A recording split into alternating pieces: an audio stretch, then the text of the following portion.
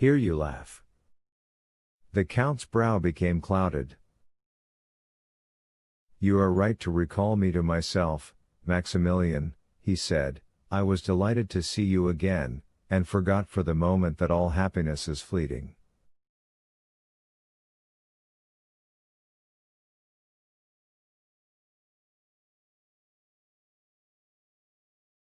Oh, no, no, Count, cried Maximilian, seizing the Count's hands, pray laugh, be happy, and prove to me, by your indifference, that life is endurable to sufferers.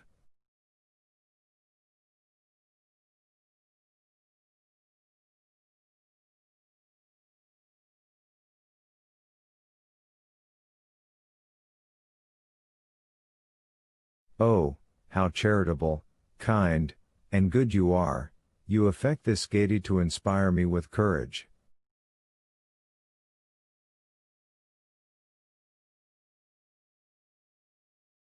You are wrong, Morel, I was really happy. Then you forget me, so much the better. How so? Yes, for as the gladiator said to the emperor, when he entered the arena,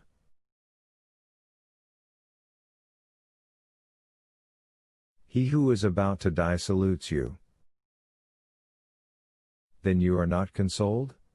Asked the Count, surprised.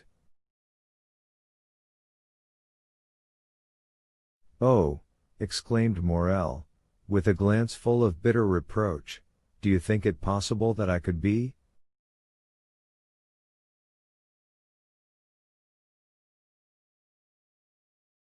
Listen, said the Count. Do you understand the meaning of my words? You cannot take me for a commonplace man, a mere rattle, emitting a vague and senseless noise.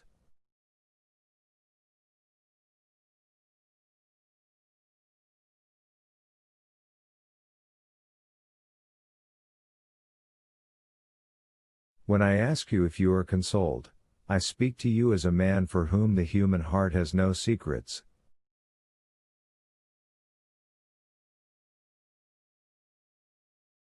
Well, Morel, let us both examine the depths of your heart.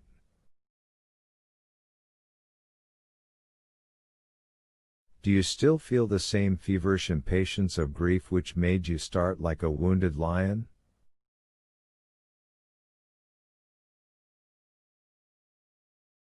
Have you still that devouring thirst which can only be appeased in the grave? Are you still actuated by the regret which drags the living to the pursuit of death, or are you only suffering from the prostration of fatigue and the weariness of hope deferred? Has the loss of memory rendered it impossible for you to weep?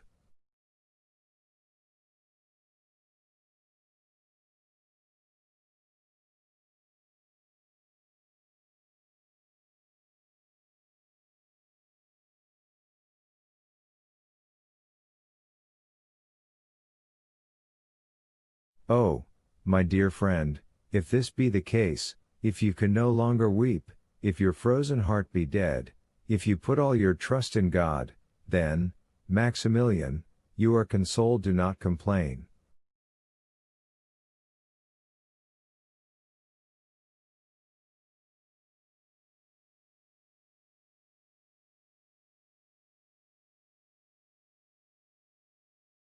Count, said Morel, in a firm and at the same time soft voice, listen to me, as to a man whose thoughts are raised to heaven, though he remains on earth, I come to die in the arms of a friend.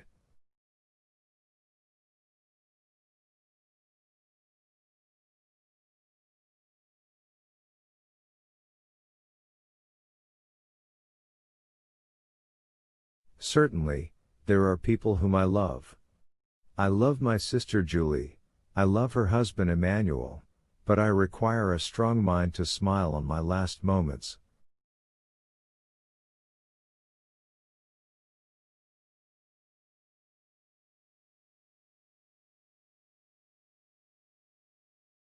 My sister would be bathed in tears and fainting, I could not bear to see her suffer.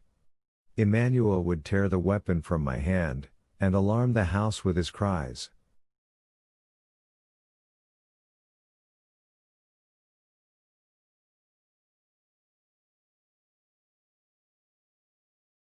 You, Count, who are more than mortal, will, I am sure, lead me to death by a pleasant path, will you not?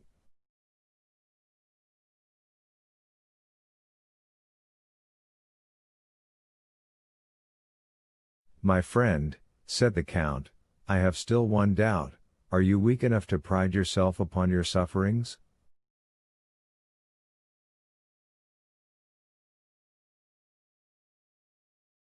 No, indeed, I am calm, said Morel, giving his hand to the Count, my pulse does not beat slower or faster than usual.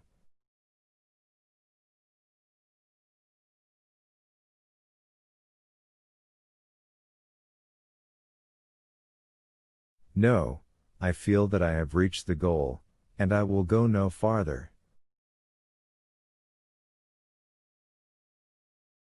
You told me to wait and hope, do you know what you did, unfortunate adviser?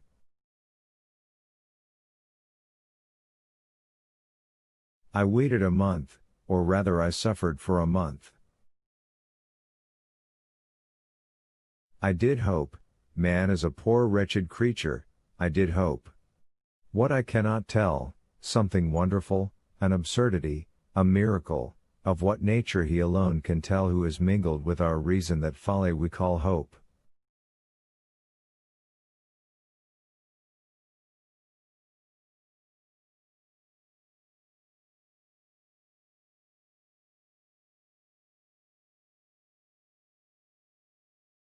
Yes, I did wait, yes, I did hope, Count, and during this quarter of an hour we have been talking together, you have unconsciously wounded, tortured my heart, for every word you have uttered proved that there was no hope for me.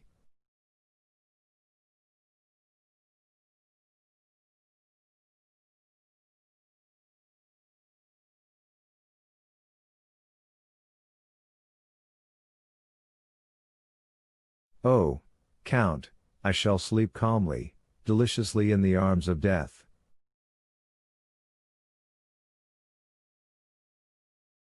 Morel uttered these words with an energy which made the Count shudder. My friend, continued Morel, you named the 5th of October as the end of the period of waiting, today is the 5th of October, he took out his watch, it is now 9 o'clock, I have yet 3 hours to live.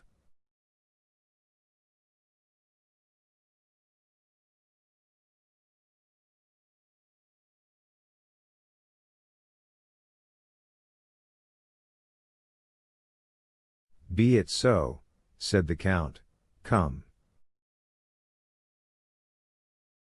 Morel mechanically followed the Count, and they had entered the grotto before he perceived it.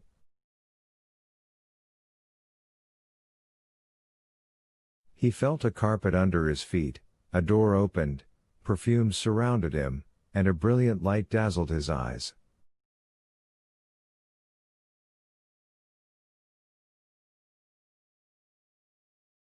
Morel hesitated to advance, he dreaded the enervating effect of all that he saw.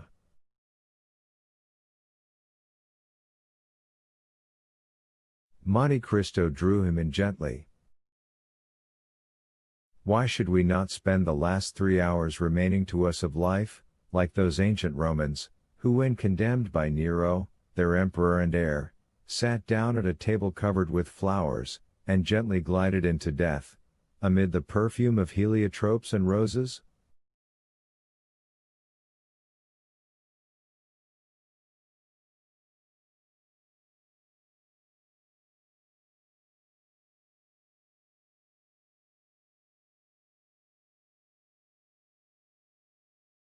Morel smiled. As you please, he said, death is always death, that is forgetfulness, repose, exclusion from life, and therefore from grief.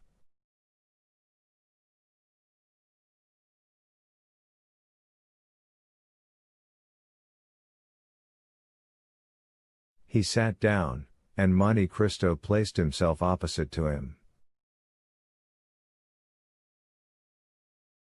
They were in the marvelous dining room before described, where the statues had baskets on their heads always filled with fruits and flowers.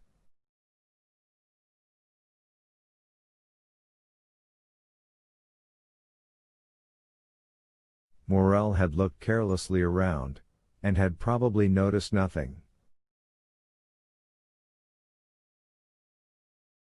"Let us talk like men," he said, looking at the Count.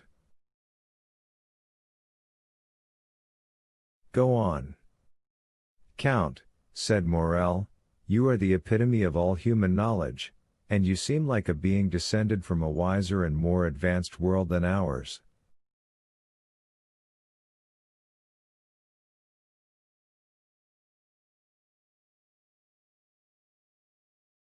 "There is something true in what you say," said the Count, with that smile which made him so handsome. "I have descended from a planet called grief.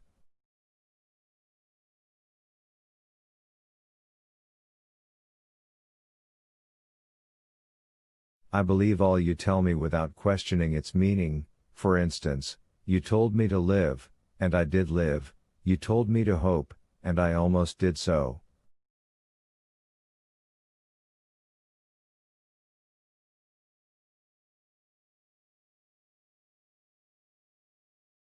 I am almost inclined to ask you, as though you had experienced death, is it painful to die?"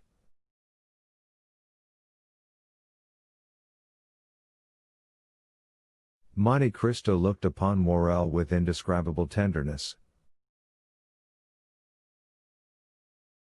"Yes," he said, "yes, doubtless it is painful, if you violently break the outer covering which obstinately begs for life.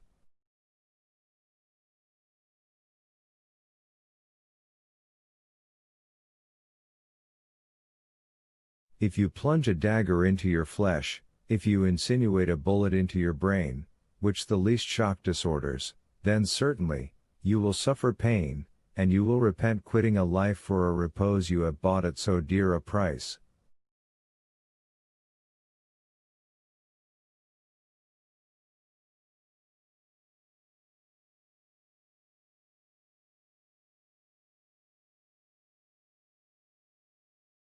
"Yes, I know that there is a secret of luxury and pain in death, as well as in life.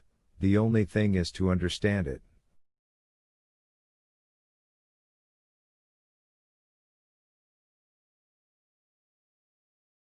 "You have spoken truly, Maximilian. According to the care we bestow upon it, death is either a friend who rocks us gently as a nurse, or an enemy who violently drags the soul from the body."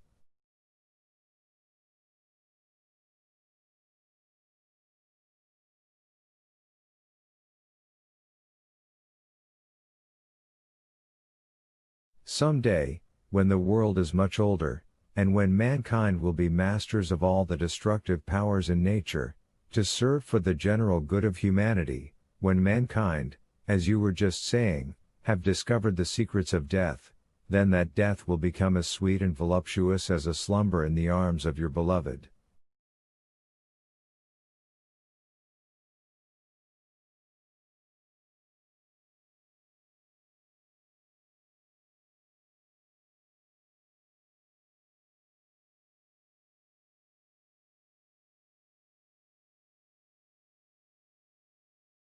"And if you wished to die, you would choose this death, Count?"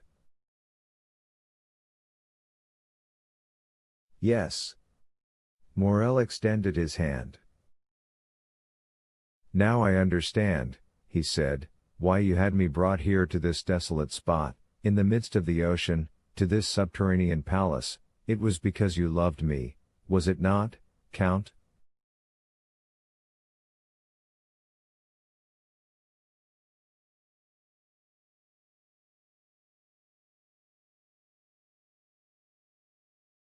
"It was because you loved me well enough to give me one of those sweet means of death of which we were speaking, a death without agony, a death which allows me to fade away while pronouncing Valentine's name and pressing your hand."